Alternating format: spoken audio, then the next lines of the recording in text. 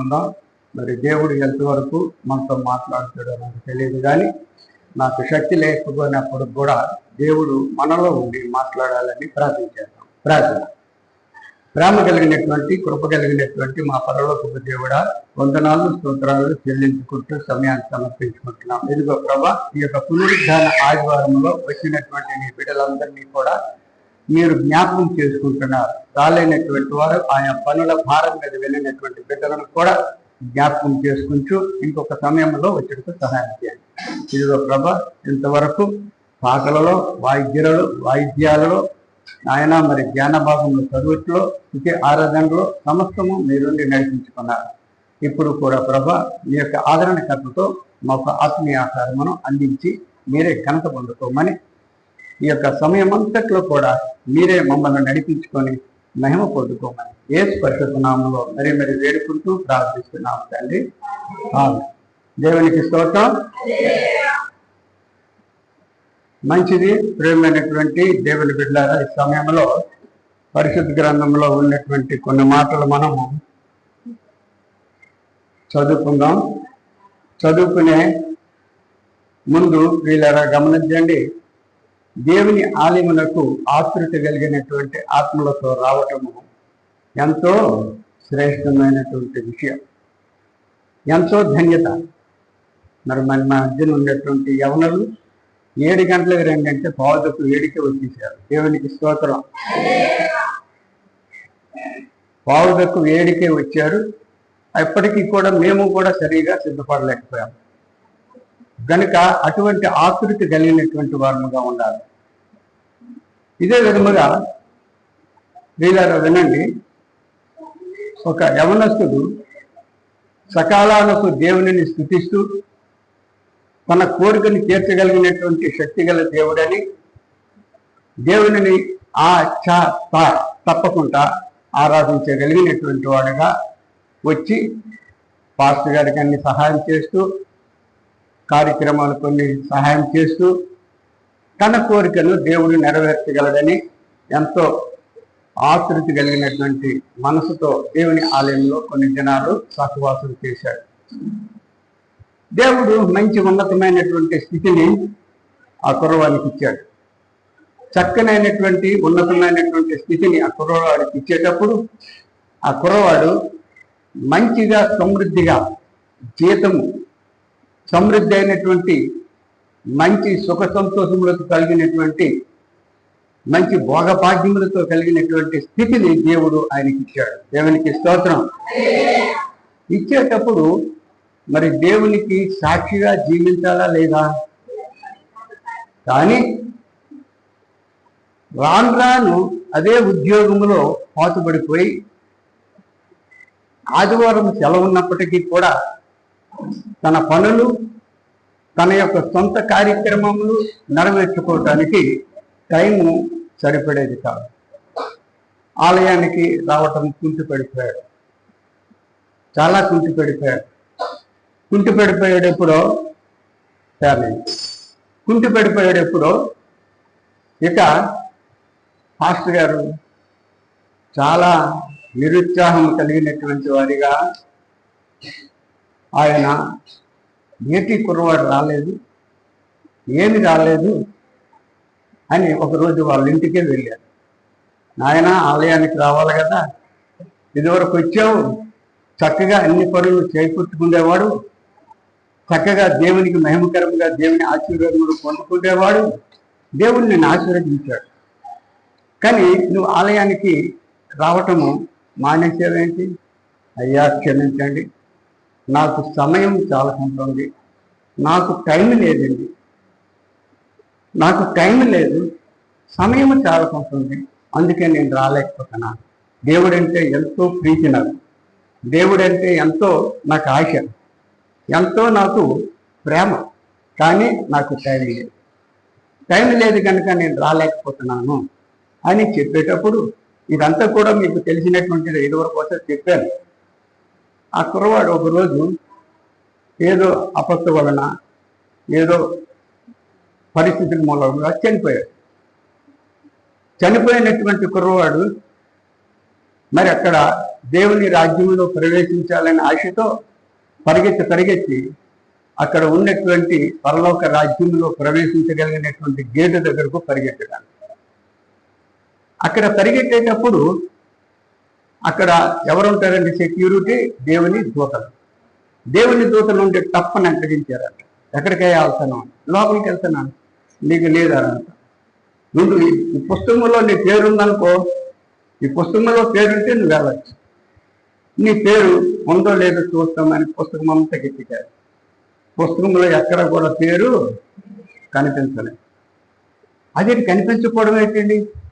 నేను దేవుని సన్నిధానంలో ఎంత సేవ చేశాను, దేవునికి ఎంత చక్కగా నేను అన్నీ కూడా ఏర్పాట్లు చేసేవాడును, నా పేరు రాగిపోవడం ఏంటి అని దూతలతో కాస్త అటు ఇటు తగాదా ఆడినట్టు మాట్లాడితే, అయ్యా ఈ పేరును వ్రాయవలసినటువంటి వాడు అధికారి ఉన్నాడు, ఇంకా అధికారి మరి దేనికి రాయలేదు తెలియదు కనుక మేము ఈ పుస్తకంలో ఉంటే పేరు ప్రవేశపెడతాం, లేకుంటే లేదు, ఇంకొక మార్గానికి వెళ్ళిపోవలసిందే అని చెప్పేటప్పుడు, ఎవరు అధికారి అంటే ఇప్పుడే వస్తాడు, వచ్చాక అడగడం, నువ్వే అడుగు అని చెప్పేటప్పుడు అధికారి వారు ఇచ్చారు. దేవునికి స్తోత్రం. అధికారి ఎవరండి? క్రీస్తు. వచ్చిన తర్వాత అడిగాడు, ఏమండి నా పేరు ఎందుకండి ఈ పుస్తకంలో రాయలేదు? నేను దేవుణ్ణి ఎక్కువ ప్రేమించినటువంటి వాడును, ఎక్కువ నా యొక్క మనసంతా కూడా దేవునిలో పెట్టేవాడిని కదా, మరి దేవుడు ఏంటి నా పేరు రాయలేదు? దేవుడు సారీ క్షమించండి, ఏంటి పుస్తకంలో నా పేరు రాయలేదు ఏంటి అని ఆయనతో దెబ్బలాడినట్టు అడిగేటప్పుడు ఆయన ఒకే మాట చెప్పారు. ఏం మాట చెప్పారండి? బాబు నువ్వే కాదు, నాకు చాలా మంది ప్రీతి కలిగినటువంటి వారు ఉన్నారు, నాకు ప్రాణాలు త్యాగాలు చేసినటువంటి వారు ఉన్నారు, వాళ్ళ సమయాన్ని తప్పలేనటువంటి వారు, నువ్వంటే సమయం తెచ్చావు కానీ వాళ్ళ సమయాలు తప్పలేనటువంటి వారు, వాళ్ళందరినీ చూసుకుంటే కానీ నాకు టైం చాలు, నీ పేరు కూడా రాయడానికి నాకు టైం లేదన్నమాట. దేవునికి స్తోత్రం. నీ పేరు రాయడానికి నాకు టైం లేదు. అక్కడ పాస్టర్ గారు ఏమన్నాడంటే, నీ గుడికి రావడానికి ఏమన్నాడు? టైం లేదన్నాడు. ఇక్కడ యేసు ప్రభు ఏంటన్నారు? నీ పేరు ఆ గ్రంథంలో వ్రాయటానికి టైం లేదు, అది అక్కడికి వెళ్ళిపో, నీకు ఇంక వేరే మార్గం ఉంది, ఎక్కడ? నరక మార్గం. ప్రియులారా గమనించండి, దేవుని ప్రార్థించి తలంచి అందరము కూడా అతి విధంగా ఉన్నటువంటి వారు ఉండి కూడా సకాలానికి క్రమములు పాటించకపోతే మన స్థితి అంతే. అవునా కాదా? మన స్థితి కూడా అంతే. ముఖ్యంగా స్త్రీలు చాలా దేవునికి పరిచర్య చేసినటువంటి వారుగా ఉన్నారు, దేవుని యొక్క ప్రేమను పొందుకోగలిగినటువంటి వారుగా ఉండాలి. దేవుడు ఎంతో అద్భుతమైనటువంటి దేవుడు, మన ప్రార్థనను ఆలకించగలిగినటువంటి దేవుడు. ఇక్కడ మనం చూసినట్లయితే కీర్తనలు 65 2వ వచనంలో చూసినట్లయితే అక్కడ కీర్తనకారుడు అంటున్నాడు, 65 2వ వచనం, కీర్తన 65 2వ వచనం. అది దేవునికి స్తోత్రం. ప్రార్థన ఆలకించువాడా సర్వ శరీరులు నీ యొద్దకు వచ్చెదరు. 4వ వచనం చదవం. నీ ఆవరణములో నివసించినట్లు దేవునికి స్తోత్రం.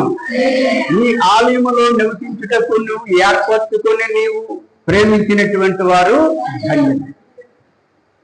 అర్థమవుతున్నాయా మన మాటలు? అర్థమవుతున్నాయా? ప్రేమైనటువంటి దేవుని బిడ్డలారా, ఏదో నేను ప్రార్థన చేయించాను, ఏదో 10,000 రూపాయలు కానుక ఇచ్చేసాను, నా పని నేను చేసుకుంటాను, దేవుడికి తెలిసిలే అంటే కుదరదు. నువ్వు దేన్ని సంపాదించుకున్నట్టు దైవత్వాన్ని పరలోకానికి సంపాదించుకోలేవు. దేన్ని సంపాదిస్తావు? నువ్వు అది సంపాదిస్తావు. ఎంత శ్రమపడి దేవునికి నువ్వు ఏమి చేసినా సరే సమయములు పాటించకపోతే, సమయములను మనము ఆకర్షించకపోతే వట్టివారమై మరి ఇదైపోతాం. కనుక ఇక్కడ కీర్తనకారుడు ఇంకా అంటున్నాడు చూడండి, 55 17వ వచనంలో చూసినట్లయితే 55వ కీర్తన 17వ వచనం. సాయంకాలమున ఉదయమున మధ్యాహ్నమున నేను ధ్యానించుతూ మొరపెట్టుకుందును, ఆయన నా ప్రార్థన ఆలకించును. ఎప్పుడెప్పుడండి అంటున్నారు ఆయన? సాయంకాలమున, ఉదయాన, మధ్యాహ్నమున, మరి ప్రతి సమయంలో నేను నిన్ను ప్రార్థించుకుంటాను, నిన్ను నేను ఆకర్షించుకుంటాను అని దైవజనుడైతే మంగళవారము, శుక్రవారము, ఆదివారం పెట్టినటువంటి ఆరాధనలకు మనం హాజరవ్వకపోతున్నాం. ఎంత భయంకరమండి! మన పరిస్థితి ఒకసారి ఆలోచించండి. ఒక ఆదివారం వెళ్తే సరిపోద్దులా, ఒక మంగళవారం వెళ్తే సరిపోద్దులా, ఒక శుక్రవారం వెళ్తే సరిపోద్దులా అంటే కుదరదు. దివారాత్రులు దేవుని ధ్యానించుతూ ఆరాధించేవారు గనుక దివారాత్రులు ధ్యానించినటువంటి వారు లేకపోలేదు. ఇప్పుడు 5 ఆరాధనలు పెట్టినా వెళ్తున్నారు, 6 ఆరాధనలు పెట్టినా వెళ్తున్నాడు. కానీ మనం ఎన్ని ఆరాధనలు పెట్టుకుంటున్నామంటే 3 పెట్టుకుంటున్నాం. ఈ మధ్య నేను నా ఆరోగ్యం చెడిపోయి మరి స్త్రీల కూటము, యవనస్తుల కూడికలు మానేశాను. ఈ ఆరాధనలకైనా సకాలానికి వచ్చి యవనస్తుల కూడికి పెడదాం రండి, స్త్రీలు వచ్చి స్త్రీలకు కూడా కలగబెడుతున్నాం మంగళవారం, మరి ఉపవాస పెడతాను పెడతాం రండి అన్నటువంటి వారు ఒకరము లేవు. ప్రేమైనటువంటి దేవుని బిడ్డలారా, దేవుడు ఎప్పుడూ కూడా మనలను ప్రేమించినటువంటి దేవుడే. ఏటు బాబురావు ఎలాగొచ్చిమంటున్నామో బోల్డ్ బాధలండి, బోల్డ్ భారాల మొయ్యాల అని అంటారా? ఇక్కడ చూడండి, అదే ఆ కీర్తనలో 55:22 చూసినట్లయితే ఎవరి మీద మోపాలండి? నీ భారము యెహోవా మీద మోపము, ఆయనే నిన్ను ఆదుకొనును, నీతిమంతులను ఆయన ఎన్నడను కదలనీయడు. దేవునికి స్తోత్రము కలుగును గాక. ప్రేమైనటువంటి దేవుని బిడ్డలారా, ఆ కోవకు చెందినటువంటి వారముగా మనం ఉండాలి. కానీ సోలిపోయినటువంటి కోవకు చెందినటువంటి వారముగా మనం ఉండకూడదు. సోలిపోయినటువంటి వారముగా మనము జీవించకూడదు. లోక సంబంధమైనటువంటి వాటి కొరకు మనం జీవించకూడదు. మన జీవితాలన్నీ ఎవరికి అప్పచెప్పుకోవాలంటే దేవునికి అప్పచెప్పుకోవాలి. ఏమీ లేదు, ఉపాధి పనికి 6 గంటలకు రాకపోతే మస్తరు నీ పేరు అందులో ఉండదు అంటే 5:30కే వెళ్ళిపోతున్నావు. ఉద్యోగాలకు వెళ్ళేటప్పుడు నువ్వు 8 గంటలకు నువ్వు డ్యూటీలో జాయిన్ అవ్వకపోతే నీకు మస్తరు అంటే పేరు నీకు నమోదు అవ్వదు, జీతం రావద్దు అంటే పరిగెత్తి 6 గంటలకే వెళ్ళిపోతున్నావు. ఇంకా ఆయా పనులకు ఒక అరగంట ముందే నువ్వు వెళ్తున్నావు, కానీ లేటుకు వెళ్తున్నావా? లేదు. కూలి పనికి వెళ్ళేటప్పుడు 9 గంటలకు అటెండ్ అవ్వాలంట, చాలా మంచిది. కొంతమంది 6 గంటలకు వెళ్ళిపోతారు. 9 గంటలకు అటెండ్ అవ్వమంటే పరిగెత్తి చెమటలు కాల్చుకుని వెళ్తాం, వెళ్ళి అటెండ్ అవుతావు. ఆ పూట కూలి కొరకు పరిగెడతావు. అంతకంట విలువైనటువంటి శ్రేష్టమైనటువంటి నిత్య జీవములోకి ప్రవేశించగలిగినటువంటి ఈ ఆశ ఎంత ఉండాలండి? నా భారం అంతా దేవుని మీద మోపుతాను, నేనంతా కూడా దేవునికి సమర్పించుకుంటాను నా జీవితాన్ని, దేవుడే నన్ను చూసుకుంటాడు అని మనము పరిగెత్తి ఎంతవరకు అండి మనం దేవుని ఆరాధిస్తున్నాం, దేవుని ఆత్మకు శాంతి కలిగిస్తున్నాం? అందరూ మనలాగా ఉండరండి. చాలా మంది మంచి పిల్లలు ఉన్నారు, మంచి పెద్దలు ఉన్నారు. వారు త్వరగా ఆదివారము లేదంటే ఆరాధన సమయం వచ్చిందంటే సరికి త్వరగా వెళ్ళిపోతారు. వీళ్ళరే గమనించండి, నేను చూస్తున్నాను పెద్ద మీటింగ్స్కి యవనస్తులు ఆర్కెస్ట్రర్స్ వాయిద్యాలు వాయించగలిగినటువంటి వారు ఈ పాటలు పాడినటువంటి వారికంటే ముందు వెళ్ళిపోయి కూర్చుంటున్నారు. దేవునికి స్తోత్రం. అదే కుర్రవాళ్ళు, అదే పిల్లలు, అదే ఇదైనటువంటి వారు ఒక సెకండ్ కూడా లేట్ చేయరు. వారు సమయానికి వెళ్ళిపోతున్నారు. మరి ఏ ఉద్దేశంతో వెళ్తున్నారో లేదంటే అక్కడ ఉండేటువంటి ఆ కాపర గారు నడిపిస్తున్నారో నాకు తెలియదు, కానీ వాళ్ళు అందరికంటే ముందు వెళ్ళి అక్కడ కూర్చుంటున్నారు, వాయిద్యాలు చక్కగా వాయిస్తున్నారు. వారికి ఎందుకు పరలోక రాజ్యం వరకు తప్పనిసరిగా వీళ్ళరా దేవుడు ఎంతో ప్రేమ కలిగినటువంటి దేవుడు. మన పనుల భారం అంతా కూడా ఎవరి మీద వేయాలి? ఒక ఆవిడ ఏంటంటది, ఉండండి నేను వంట చేసుకుంటే సరిగ్గా నాకు సమయం చాలకుంటుంది, అంటులు తోముకొని వంట చేసుకొని అది చేసుకొని ఇది చేసుకుంటే సరికి సమయం చాలదండి. దేవుడికి తెలిసండి, తెలిసాడు ఇదో గొప్ప వెళ్ళప్పు దేవుడికి తెలిసిదండి. ఒక వ్యక్తి ఇదే విధంగా నేను చెప్పి సామెతల్లో ఉన్నటువంటి మాటలు కూడా 16:3 నీ పనుల భారము దేవుని మీద మోపము, అప్పుడు నీ పనులన్నీ సఫలీకృతమగును అనే పాఠం ఆ రోజు చెప్పుకొచ్చాను. ఆ రోజు ఆవిడ ఏం చేసిందో తెలుసండి, అన్నం వండలే ఏటి వండలే, ముందు దేవుని గురించి వెళ్ళిపోతాను నేను పెట్టేసింది. వచ్చేసిన తర్వాత అలా ఆయన డ్యూటీకి వెళ్ళాడు, సమయానికి వస్తాడు, 10 గంటలకు వస్తాడు ఆయన. నేను 9 గంటలకి ఆరాధన వచ్చేసింది. వచ్చేసి అంతా కుటుంబం మా ఆయన వచ్చి ఏమంటాడు అంతేగాని ప్రార్థన చేసుకుంటాను పట్ట. మొత్తానికి ఆ రోజు 12 గంట గుడికి విడిచిపెట్టడం అయింది. భయముగా అయ్యో నేను అంటులు తోమలేదు, నేను అన్నం వండలేదు, మా ఆయన వచ్చేసి ఉంటాడు, నేను వెళ్ళేసరికి నాకు దెబ్బలు తప్పవు అనే భయంతో వెళుతూ తిరిగితనముగా జంపుతూ వెళ్ళినాడు. వెళ్ళేసరికి తన ఇంట్లో నుంచి మంచి సువాసన వస్తుంది, దేవునికి స్తోత్రం. అప్పుడు చెల్లి తల్లి అందరూ వచ్చారు, భర్త వచ్చాడు. భర్త వచ్చి ఏమన్నాడో తెలిసింది, ప్రార్థనకి వెళ్ళిందమ్మా ఆవిడ, నేను కూర తెస్తాను, బిర్యానీ వండు, కూర వండు అనేసి వండించేస్తున్నాడు. వండించిన తర్వాత ఆవిడ్ని ఆ ప్రార్థన నుంచి వెళ్ళినటువంటి వ్యక్తిని ఏమాత్రము కూడా భర్త కాదు, తల్లి కాదు, ఎవరు ఏమనుకుంటా ఆమెని మెచ్చుకొని గౌరవించారండి. దేవునికి స్తోత్రం. అదండి, అది చక్కనైనటువంటి మార్గాలు. ప్రియమైనటువంటి దేవుని బిడ్డలారా, దేవుడు మనకెప్పుడు కూడా విడిచిపెట్టినటువంటి దేవుడు కాదు గనుక ఇక్కడ భక్తుడు చెప్తున్నాడు, కొండల తట్టు నా కొండలు ఎత్తుతున్నాను. మరి ఎవరి వల్ల వస్తుంది? అందరికి కంటమే కదా. యెహోవానే నాకు అన్ని సహాయం కుదిరితే అనుకుంటూ దేవుణ్ణి విడిచిపెట్టడం ఏంటండి? మనం దేవుణ్ణి విడిచిపెట్టడం ఏంటి? నేను ఆ మధ్యని నేను కళ్ళు ఆపరేషన్ చేసుకుంటున్నాను, నేను దేవుని మాట్లాడలేను అని చెప్పి ఆన్లైన్లో పిలిపించడం జరిగింది, మీకు తెలుసు. తర్వాత మరి నా డ్యూటీ నేను చేయక తప్పదు. నెమ్మదిగా మాట్లాడు, గట్టిగా మాట్లాడకూడదు, ఎక్కువ మాట్లాడకూడదు అని అందరూ చెప్పిన, వైద్యులు చెప్పినా నా పని నేను కొనసాగించుకుంటున్నాను. ఆయన చూపు ఇచ్చినటువంటి వాడు, చెవులకు వినికిడిచ్చినటువంటి వాడు, స్వరం ఇచ్చినటువంటి వాడు, సమస్తము మనకు అనుగ్రహించినటువంటి మన దేవుడు మనకు ఎందుకు సహాయం చేయడు? కనుక ప్రియమైనటువంటి దేవుడి బిడ్డలను గమనించండి. నేను కొన్ని సంవత్సరాల బట్టి చెప్తున్నాను ఈ మాటలను. చెబుతున్నటువంటి మాటలను మనం హృదయంలో భద్రపరచుకోవాలండి. ఆలయాన్ని దేనికి వస్తున్నామంటే మనము మంచి విషయాలను నేర్చుకోవడానికి వస్తున్నాం. మంచి విషయాలు దేనికి నేర్చుకోవాలంటే మనకు లోకం అంటూ ఉంది, ఆ లోకమే పరలోకం. ఆ లోకములో మనము ప్రవేశించాలంటే మంచి విషయాలన్నీ కూడా మనము అన్వయించుకోవాలి. అటువంటి స్థితిలో మనం జీవించగలిగినట్లయితే దేవుడు మనకు ఎందుకు విడిచిపెడతాడు? దేవుడు మనకు ఎప్పుడు కూడా విడిచిపెట్టాడు.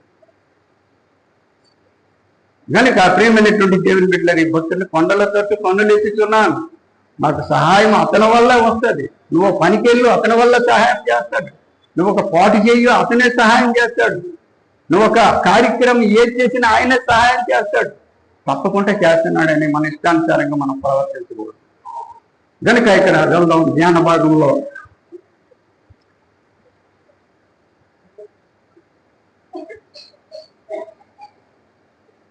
ధ్యాన భాగం చూద్దామండి.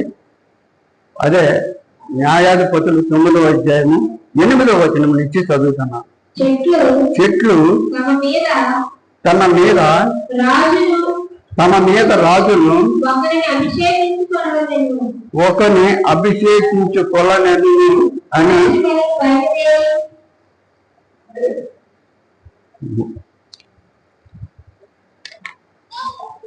మొదటి నుంచి చదవను. చెట్లు తమ మీద రాజును ఒకరిని అభిషేకించి కొనవలెనను మనస్సు కలిగి బయలుదేరి మమ్మును ఏలుమని ఒలీవ చెట్లను అడుగగా ఒలీవ చెట్టు దేవునిని మానవులను దేని వలన నరులు సన్మానించెదరో ఆ నా తైలము నీయక మాని చెట్ల మీద రాజున ఉండి ఇటు అటు ఊగుటకు నేను వచ్చేదనా అని వాటితో అనే మాట చాలా చక్కగా నీటిగా మీరందరూ గ్రహిస్తారని దేవుని నామంలో మీకు ఆనబెట్టి చెప్తున్నాను. ప్రియమైనటువంటి దేవుని బిడ్డలారా, ఇక్కడ ఒలీవ చెట్టు ఆ చెట్లన్నీ కూడా ఏం చేసాయంటే ఒక మీటింగ్ ఏర్పాటు చేసుకున్నాక అడవిలో చెట్లన్నీ కూడా ఒక మీటింగ్ ని ఏర్పాటు చేసుకొని ఆ చెట్లన్నీ కూడా మనము ఒక పెద్దను పెట్టుకోవాలి, నియమించుకోవాలి, ఆ నాయకుడిగా ఎంచుకొని మనము జీవిద్దాం అని ఇక్కడ ఎవరి దగ్గరికి వెళ్ళారండి? ఒలీవ చెట్టు దగ్గరికి వెళ్ళి, ఓ ఒలీవ చెట్టు మాకందరికీ ఒక నాయకుడిగా ఉండు, మమ్మల్ని మా యొక్క సమస్తమును కూడా నువ్వు పరిపాలించు అని చెప్పేటప్పుడు ఆ చెట్టు ఒలీవ చెట్టు దేవునిని మానవులను దేని వలన నరులు సన్మానించుదరో ఆ నా తైలము నియ్యక మాని చెట్ల మీద రాజుని ఉండి ఇటు అటు నేను తిరగవచ్చునా నీ దగ్గరికి వస్తానా అని చెప్పేటప్పుడు అది చూడండి. తైలం అంటే ఏంటంటే దానికి ప్రార్థనకు మనకు సూచన. ప్రజలకు తైలం ఇస్తూ దేవునికి తైలార్పణం చేసినటువంటి చెట్టు ఒలీవ చెట్టు.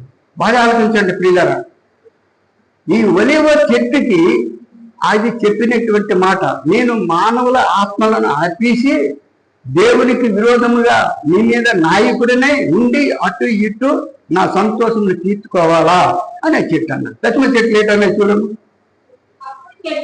అప్పుడు చెట్లు నీవు వచ్చి మమ్మల్ని ఏలుమని అంజూరపు చెట్టు నడుగగా అంజూరపు చెట్టు చెట్ల మీద రాజునై ఉండి ఇటు అటు ఊగుటకు నా మాధుర్యమును నా మంచి ఫలములను నీవు ఇక మానుదునా అని వాటితో చెప్పాను. ఇక రెండోసారి ఏ చెట్టుని పిలిచేయండి? అంజూరపు చెట్టు. మొదట ఒలీవ చెట్టు, రెండు అంజూరపు చెట్టు. అంజూరపు చెట్టు చాలా శ్రేష్టమైనటువంటి పళ్ళు, దాని ఆకులు కూడా శ్రేష్టమైనటువంటివి. హిజ్కియా మరణకరమైనటువంటి రోగం పడేటప్పుడు ఆయనకు ఒక పుండు ఏర్పడింది. ఆ పుండు మాన్పాలంటే ఈ అంజూరుపు ఆకులు ముద్ద తీసుకెళ్లి ఎస్ఐ గారు ఇస్తారు. ఆ ఆకు పెట్టినట్టునే ఏమైపోయింది? మానిపోయింది. దేవునికి స్తోత్రం. మరి దాని పళ్ళు మధురమైనది, దాని పళ్ళు అంజూరుపు పండ్లు మధురమైనది. ఈ రోజుల్లో మనకి అది కనిపించటం లేదు, కానీ ఈ రోజుల్లో మనకు చెట్లు బోల్డ్ ఉన్నాయి. ఆ చెట్లు ఎన్నిటికంటే శ్రేష్టమైనటువంటివి గనుక మరి ఇక్కడ ఈ అంజూరపు చెట్టు నాకు దేవుడు అనుగ్రహించినటువంటి దేవుడు ఇచ్చినటువంటి ఆ క్రమములు మాని ఇటు అటు తిరుగుతానా, నేను రాను అని చెప్పింది. అటు తర్వాత చెట్లు నీవు వచ్చి మమ్మల్ని ఏలుమని ద్రాక్షావల్లి నడుగగా ద్రాక్షావల్లి దేవునిని మానవులను సంతోషపెట్టు నా ద్రాక్ష రసమును నీయక అని చెట్ల మీద రాజునై ఉండి ఇటు అటు ఊగుటకు నేను వచ్చానా అని వాటితో అన్నది. చెట్లతో ఏమన్నదండి? ఇది ద్రాక్షావల్లి. ఈ ద్రాక్షావల్లి దేనికి శ్రేష్టం అండి? దేవుని యొక్క మహిమకు శ్రేష్టం. యోహాను 15 అంటాడు, నేను ద్రాక్షవల్లిని, మీరు తీగలు. అది శ్రేష్టమైనటువంటిది. ద్రాక్ష ఆ రసము శ్రేష్టమైనటువంటి ఆహారం, అది శ్రేష్టమైనటువంటి చెట్టు. ఆ చెట్టు కూడా అదే విధముగా సమాధానం చెట్టు.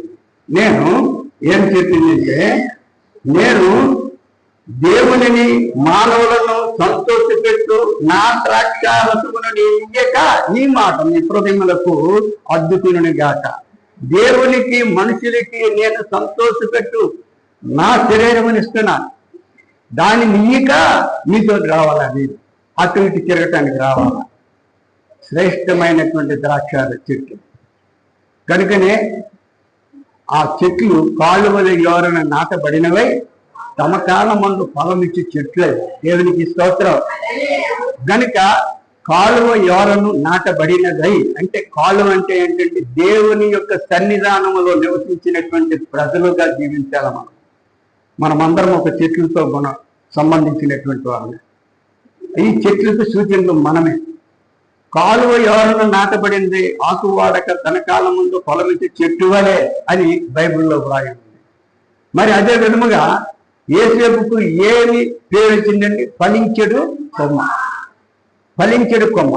ఈ విధముగా చూసినట్లయితే మరి నేను చాలా వరకు కూడా తెలిసినవి చెప్తున్నాను. గనుక ప్రియమైనటువంటి దేవుని బిడ్డలారా, ఇటువంటివి శ్రేష్టమైనటువంటివి దేవుని అంతకట్టబడినటువంటి చెట్టు. ఈ ద్రాక్ష చెట్టు కూడా తృణీకరించేసింది. చివరికి ఏ చెట్టు ప్రొసీడ్ అయింది చూద్దాం. అప్పుడు చెట్లన్నీ నీవు వచ్చి మమ్మల్ని ఏలుమని ముళ్ళ పొద యొద్ద మనవి చేయగా. దేని దగ్గర మనవి చేసేది? చెట్లన్నీ ముళ్ళ పొద యొద్ద మనవి చేయగా. ఈ మాట గుర్తుంచుకోండి. ముళ్ళ పొద యొద్ద ఎన్ని బ్రతిమలాడుతూ, నీవు బ్రతిమలాడటం అంటే నీవు మమ్మల్ని వచ్చి ఏలుమని మనవి చేయగా, ముళ్ళ పొద మీరు నిజముగా నన్ను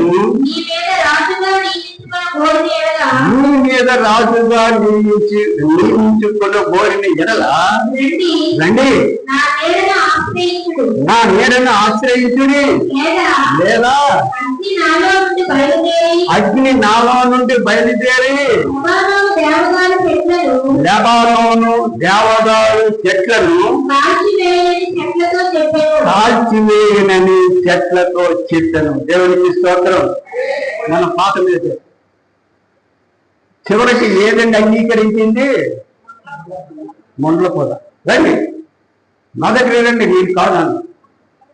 మీరు నా దగ్గరకు వచ్చి నా నీడని ఆశ్రయించండి. ఏమాత్రం తొట్టలేరా, మిమ్మల్ని ఏం చేస్తాను? కాల్చేస్తాను, జాగ్రత్త అని బెదిరించింది. ఏ చెట్లైనా అలా బెదిరించా? ఇప్పుడు మనం చదువుకున్న చెట్లన్నీ ధరించా అలాగన్నా? ముండ్ల చెట్టు దేనికి సాదృశ్యం అంటే పాపమునకు సాదృశ్యం, లోకమునకు సాదృశ్యం, అపవిత్రాత్మకు సాదృశ్యం, సాతానకు సాదృశ్యం, సమస్తమైనటువంటి కుట్రలకు సాదృశ్యం, సమస్తమైనటువంటి దేవుని నుండి వేరు చేయటానికి సాదృశ్యమైనటువంటి ముండ్ల పొద. ఈ భూలోకమే మనకు ఒక ముండ్ల పొద. ఈ భూలోకములో జీవిస్తున్నటువంటి ప్రతి ఒక్క వ్యక్తి కూడా ముండ్ల పొద చాటుకు వెళ్తున్నారు. కానీ పవిత్రమైనటువంటి అంజూరుపు చెట్లు కానీ, ద్రాక్ష చెట్లు కానీ, ఒలివ చెట్లు నీడకు వెళ్తుంలే. ఈ ఒలివ చెట్లు, ద్రాక్ష చెట్లు వీటి నీడకు వెళ్తే పవిత్రులు అవుతారు. ముళ్ళ చెట్టు నీడకు వెళ్ళటానికే మనం ప్రయత్నిస్తుంటాం. తర్వాత చూసుకోవచ్చులే, దేవుడు ముందు పద, మన పని మనం చేసుకున్నాం. దేవుడికి తెలిసిలే, మన పాపం మనం చేసుకున్నాం. దేవుడికి తెలిసిలే, ఒక్కసారి అబద్ధం ఆడితే ఏముంది, పోదాం పోదాం. ఇటువంటి భయంకరమైనటువంటి స్థితిలో ఈ లోకంలో మనం జీవిస్తున్నామా లేదా చెప్పండి?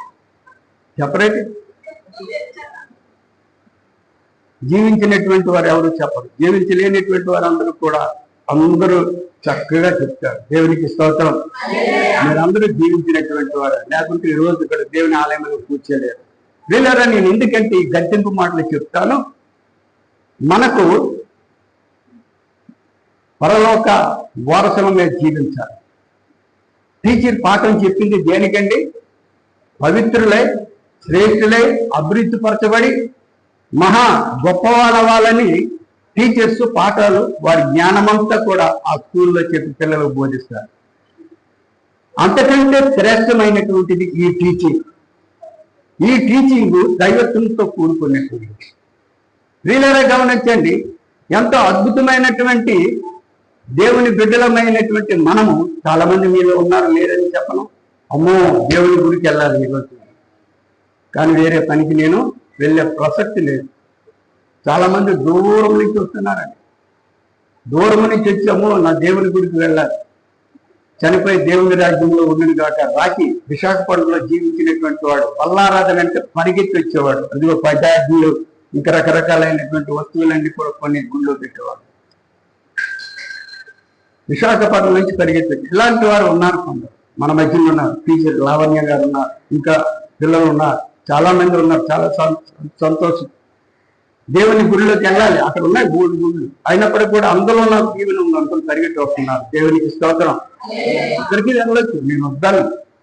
ఎక్కడ దేవుని వాక్యం శ్రేష్టమైనది అక్కడికి వెళ్ళచ్చు. ఒక అమ్మాయి వస్తుంది, ఆ చూసారు బొబ్బుల్లో కొంతమంది గుళ్ళకి వెళ్తున్నారు, ఆ గుడికి వెళ్ళి అబ్బా ఇక్కడ ఏం బాగోలేదండి వాక్యం అనుకొని వాక్యం ఎక్కడ బాగుంటే అక్కడికి వెళ్తున్నారు. వెళ్ళటంలో పొరపాటు లేదు. ఎందుకంటే దేవుని బిడ్డలకు దేవుని మాటలు బాగా తెలిస్తే కనుక తప్పనిసరిగా వాళ్ళు ఏమవుతారండి, దేవుని వాక్యంలో చేస్తారు. ప్రియమైనటువంటి దేవుని బిడ్డల, దేవుని వాక్యంలో మనం అందరము నడుచుకుంటూ కొంతమంది బదిరి వృక్షం కింద చేరిపోతారండి. బదిరి వృక్షం అంటే ఏంటంటే నిరుత్సాహమునకు సాదృశ్యం. ఏలియా మహాభక్తుడు, పవిత్రుడు, చాలా అద్భుతమైనటువంటి వాడు. ఆయన దేవుని కార్యక్రమాలన్నీ నెరవేర్చగలిగినటువంటి వాడు, ముఖాముఖిగా దేవునితో మాట్లాడగలిగినటువంటి వాడు. కనుక దేవుడు అతన్ని భూమి మీద చచ్చిపోలే, ఆరోహణమైపోయాడు. దేవునికి స్తోత్రం. అటువంటి ఏలియా నిరుత్సాహపడిపోయి యెజబెలు చంపుతానంటే ఒక దిన ప్రయాణం రాత్రి చేసి ఒక బదిరి వృక్షం కింద కూర్చున్నాడు. అంటే నిరుత్సాహము కలిగినటువంటి చెట్టే. చాలా మంది పోలీసారు చెప్పాను మీకు ఈ పాఠం. ప్రార్థన చేసి నిరుత్సాహపడకూడదు. నాకు దేవుడు తప్పకుండా నా కోరికను తీరుస్తాడు అనే ఏకగ్రీవముగా మన మనసంతా కూడా దేవునిపై వేసుకోవాలి. ముఖ్యమైనటువంటి మాట ఎప్పుడు చదువుకుంటాం. 128వ కీర్తన 1వ మాట చూస్తే, యెహోవా యందు భయభక్తులు కలిగి ఆయన త్రోవల యందు నడిచి వారందరూ కూడా ధన్యులు. దేవునికి స్తోత్రం. దేవుని యందు భయభక్తులు కలిగి ఆయన త్రోవల యందు నడిచి వారందరూ కూడా ధన్యులు. ప్రియులారా, దేవుడు మనకు చక్కని మాటలు ఇస్తున్నాడు. ఆయనే మాట్లాడుతున్నటువంటి మాటలను మనం పెడచెవిని పెట్టుకో. ఒక వృక్షం ఉంది, చెప్పి ముగించేస్తారు, మాట్లాడడానికి తెలియదు కూడా. ఆ వృక్షము విశాలముగా పెరుగుతుంది, చాలా చక్కగా పెరుగుతుంది, చూడడానికి చాలా అందముగా ఉంది. అది చాలా చక్కగా పెరుగుతుంది. పెరిగి పెద్ద వృక్షమైంది. పెద్ద వృక్షమైన తర్వాత రాను వృక్షం ఏమవుతుందో తెలిసింది, అలాగా కృంగిపోతుంది. ఆ చెట్టు అలాగా కృంగిపోతే చివరికి పతనమైపోయింది. కారణం ఏంటో తెలిసింది. చూస్తే చెట్టు బాగుంది, రెమ్మలు బాగున్నాయి, అంతా బాగుంది. లోపలెళ్ళి చెద పుట్టుకొచ్చింది. చాలా చెట్లు అలాగే కదా పోతున్నాయి. లోపలెళ్ళి చెద పుట్టుకొచ్చి చెట్టుని చంపేసింది. ఈ విధముగా మనము బయటికి బాగా కనిపిస్తూ ఇలాంటి పాపపు చెదలను మా హృదయంలో పెట్టుకుంటే ఆ చెట్టు కంటే మనము గొప్పవాళ్ళం కాదు. ప్రియమైనటువంటి యవన స్త్రీలారా, పెద్దలారా, చిన్నలారా, దేవుడు మనకు అనుగ్రహించినటువంటి గొప్ప భాగ్యాలను మనం అనుభవిస్తూ ముందుకు ఆతృతతో పరిగెత్తినటువంటి వారముగా ఉండాలి. ఏదో చేసేస్తాం, ఏదేదో సూచిస్తాం, ఏదేదో సంపాదించేస్తాం అంటే కుదరదు. దేవుని దగ్గర కుదరదు అన్నది. కానీ దేవుని యందు భయభక్తులు కలిగి ఆయన త్రోవల యందు నడిచి వారందరూ కూడా ధన్యతలు పొందుకుంటారు, ఆశీర్వాదాలు పొందుకుంటారు. వీళ్ళారా, శ్రేష్టమైనటువంటి చెట్లు ఒలివ చెట్లు, శ్రేష్టమైనటువంటి చెట్టు అంజూరపు చెట్టు, శ్రేష్టమైనటువంటి చెట్టు ద్రాక్షావళి. ఈ చెట్టులు ఎప్పుడు కూడా లొంగవు, లోకానికి లొంగవు, చెడుకి లొంగవు.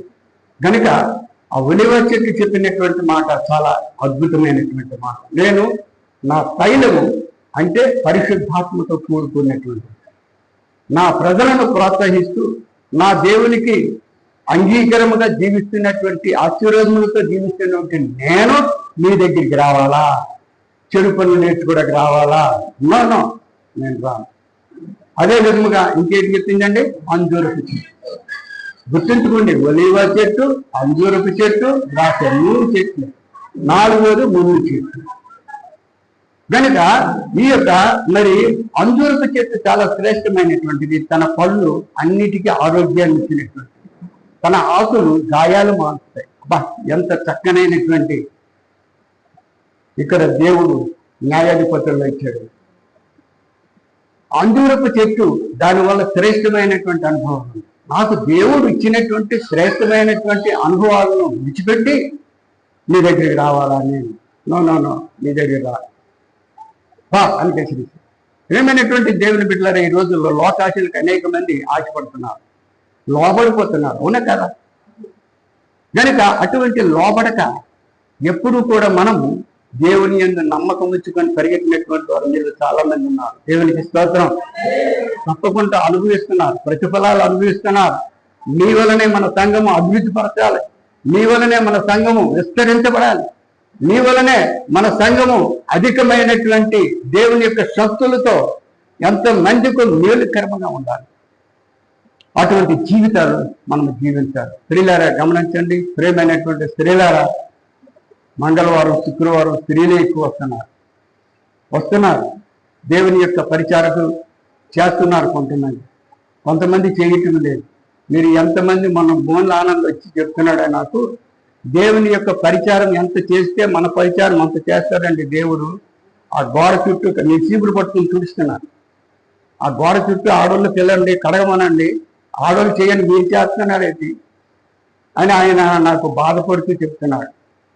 కనుక ప్రేమైనటువంటి స్త్రీలారా, దేవుడు మనలో ఉన్నటువంటి మలినాలు పోవాలన్నా, మనలో ఉన్నటువంటి బాధలు పోవాలన్నా, మనలో ఉన్నటువంటి సమస్తమైనటువంటి వ్యాధులు పోవాలన్నా రండి దేవుని ఆలయాన్ని పరిశుద్ధి చేయండి.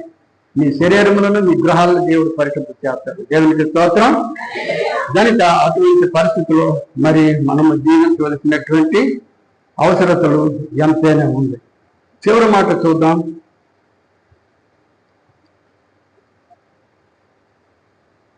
పరమగీతములు 2వ అధ్యాయము 3వ వచనం చూసుకొని ముగించాం. పరమగీతములు 2వ అధ్యాయము 3వ వచనం. అడవి వృక్షములలో జల్దరు వృక్షం ఎట్లున్నదో నా ప్రియుడు అట్లున్నాడు. దేవునికి స్తోత్రము కలుగును గాక. జల్దరు వృక్షము దేనికి సాదృశ్యం అంటే, ఇంకొకసారి పరమగీతాల పాఠం చెప్తానులేండి. జల్దరు వృక్షము చాలా విలువైనటువంటిది. అది అద్భుతమైనటువంటి సంఘం. ఆ సంఘమును మనము మహిమకరముగా ఉంటే దానికి యేసుక్రీస్తు యొక్క సాదృశ్యమైనటువంటి ప్రేమను అనుభవాలను పొందుకుంటారు. జల్దరు వృక్షము నా ప్రియుని కొరకు కనిపెట్టుచున్నది. ఆ ప్రియుడు ఎవరండి? దేవుడు. అటువంటి వృక్షములాగా మన సంఘము వికసింపచేస్తూ సువాసన కలుగుతూ దేవునికి మహిమకరముగా మనం జీవిస్తే దేవుడు మనకు ఎంతో అద్భుతమైనటువంటి దీవెనలతో నింపుతాడు. నీతిమంతులకు అనేకమైనటువంటి వస్తాయి, కానీ వాటిలో నుంచి 34వ కీర్తన 19వ వచనంలో ఈ మాట ఉంటుంది. నీతిమంతులకు అనేకమైనటువంటి బాధలు వస్తాయి, వాటి నుంచి తప్పిస్తాడు దేవుడు. 1 కొరింథీ 10వ అధ్యాయము 12వ వచనం చూసినట్లయితే ఎలాగ ఉంటారు.